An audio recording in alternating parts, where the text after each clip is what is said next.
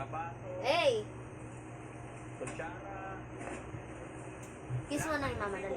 Hindi na away. Dahil tabi. Kiss. Okay. Kiss na lang. Oo. Ano naman kailangan? Sabi ko lang kiss. Ah! Oh, buto. Patay mo yung electric fan doon. Ang lamig na. Bahala kayo. So, hugasan mo na lang ito na Hindi ka na lang. bago mo ikarga doon, ha? Okay. Ayan na. Wait lang. Dito yan kasi pag kakabit yung paa ng aayusin na nila. So, yung mga gamit na hindi pa namin naayos na ngayon, sige, ikaw na lang mag-ayos para magbalik namin. Ito yung paa ng kalan. O, ito yun. Lalagay ko lang Sipon ka dito. na. Pinainom pa nila ng malamig.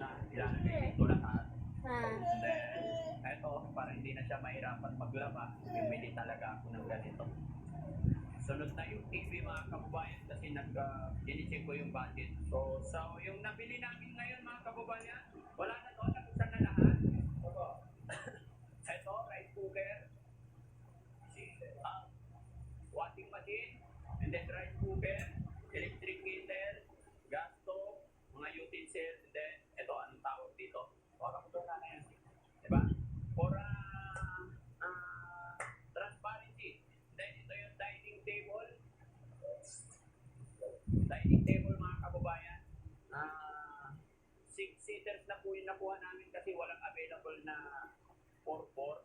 And then, kung mag-order pa ako ng good 4-4 for seater, almost same. No? Almost same price. Pero, glass on top na po ito. No? And then, ito yung mga upuan sa sala set. Ilagay ko lang muna isa. And then, yung brake bed. And then, boom. And then, ito, Dora box.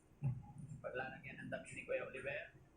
Then, may electric fan din na piniling isa. Ayan, electric fan. And then, sabi nila, hindi Cleopatra ang tawag dito. Bahala na. No?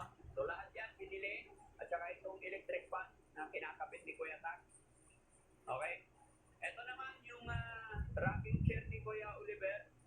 Pagka nagpapahinga siya, kung gusto niyo humiga doon, pag gusto niyo maglaro-laro dito. Pero ito, hindi ko ito binili mga kababayan. Binigay lang po ito nung supplier natin, yung kuhaan ni Daddy Frankie. So, bukas ko na po i-disclose kasi ang nabili ng mga orokan, yung iba, si Kuya Rizky, hindi pa naayos yung resibo. At ang nagbigay po ng pagbili natin dito si Ma'am Jenilita Kilding at saka si Ma'am Divina Brown, tama? So, bukas ko na i-dictate yung presyo and then kung magkano yung binigay ni Ma'am Divina Brown at saka si Ma'am Jenilita Kilding. Kasi medyo basa na yung tape, basa na si Kuya Ken. Ayan, basa na siya. Napasuko kami sa ulan mga kababayan. Tinuloy na namin kasi bukas iba na naman ang aming gagawin. Tsaka basa na rin si Kuya Rizky. Ayan, thank you bayaw. Oo. Oo. Si Kuya Tax, basa na rin yan mga kababayan. Ayan, si Kuya Jesse, hindi yan nabasa. Kasi ano yan, may sakit yan na hindi pinapawis. No? Ayan.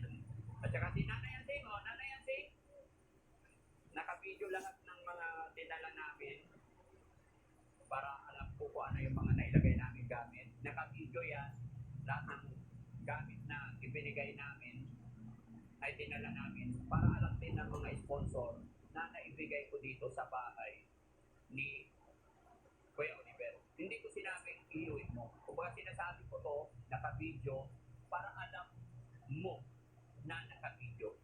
Para alam ng mga sponsor na naibigay namin. So, anong masasabi ni Nanay Ansing na unti-unti na kukumpleto na?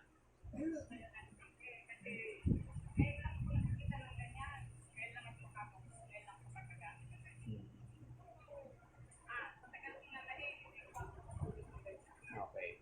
Iingatan natin Nanay Ansing, pag may mga batang papasok, may hawak na kutsilyo, awatin, baka may hawak na bato. Kasi nara lahat yan, Nanay Ansing. Oo, tingnan mo ang bigat.